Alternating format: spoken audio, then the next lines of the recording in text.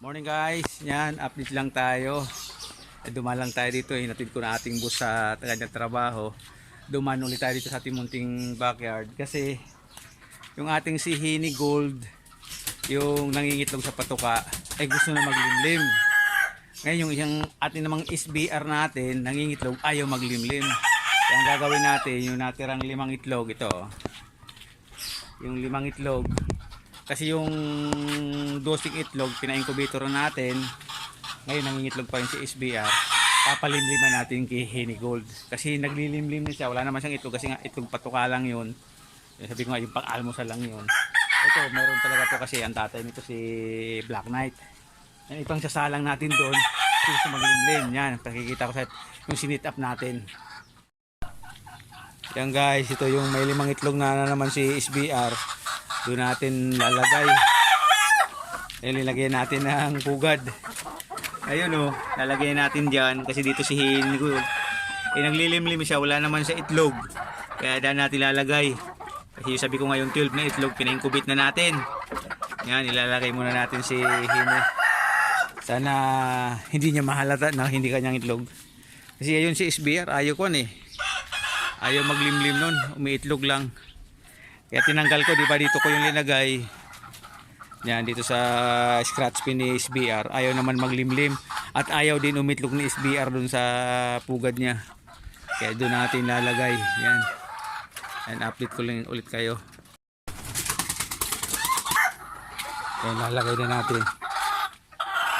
Sana maglimlim siya. Yan, 5 lang to. Kasi kung hindi niya limliman to, ipapahabol ko dun sa ating pina-incubitan. Yan. Tapos lalagay natin si Henny Gold. Nandun ko muna sila nilagay. Yan. Dumaan lang tayo dito guys. Paalam naman tayo sa bus natin. Kaya kung may gagawin ako saglit. Yan, sayang naman. 2 araw na siyang umupo dun sa sahig lang ng kanyang condominium, wala naman siyang itlog dun. Yan, apit din siya. Ayun guys, inobserbahan ko muna. Kasi nung linagay ko yung pugad at tinagyan ko ng itlog, ayun o, parang naninibago siya. Ayun o, hindi lang natin mailapit.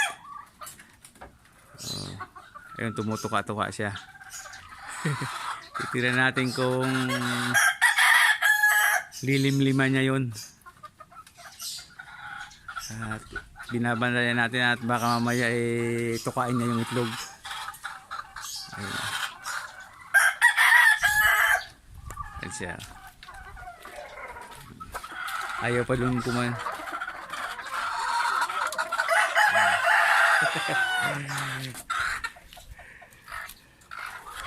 Ayun, kumuha niya, sabi niya siguro kaninang nasa sahig ako, wala naman anya akong kuan wala naman anya akong itlog na lilimliman. Ngayon meron na ulit.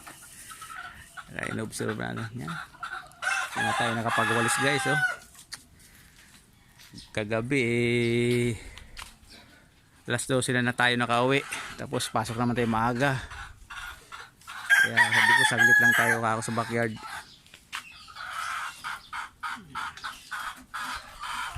Ayun ayaw pa siya, naninibago sila guys naninibago siya. Sana naman hindi niya tukain yung itlog. Naninibago.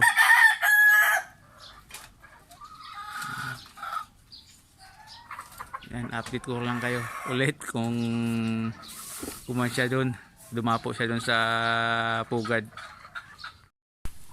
Yan guys, umupo na siya. Ang tagal kong hinintay kasi naninibago siya nagkaroon ng pugad tapos dumami yung itlog lumililim siya, wala naman siyang itlog na lilimliman, nanibago. Ayun, tagal kong hinintay na kuan siya. Lumilim na siya, makita siya. Yan, at uwi na tayo, baka hinahanap na tayo. Mag-1 oras na tayo dito sa backyard natin at sumaglit nga lang ako. Yan guys, update lang natin dito at bising-bising talaga tayo sa trabaho natin ngayon. Yan, pa tayo nakapag-walis, bukas na lang ng umaga kasi kagabi nga sabi ko nga ginabi kaming uwi, tapos kanina maaga na naman tayong pumasok. Ayan yan ay bag natin. Yan, God bless po sa ating lahat at sana po malaya at sana magkapahamakan ngayon at sa mga darating pang mga araw. Yan, Yan ang ating mga pina-incubate natin at ito malimlim. Pinalimliman natin na 5. Madadagdagan pa yan guys kasi nangingitlog pa rin si SBR. Tuloy-tuloy pa rin ang pangingitlog niya. Yan, God bless po. I love you all.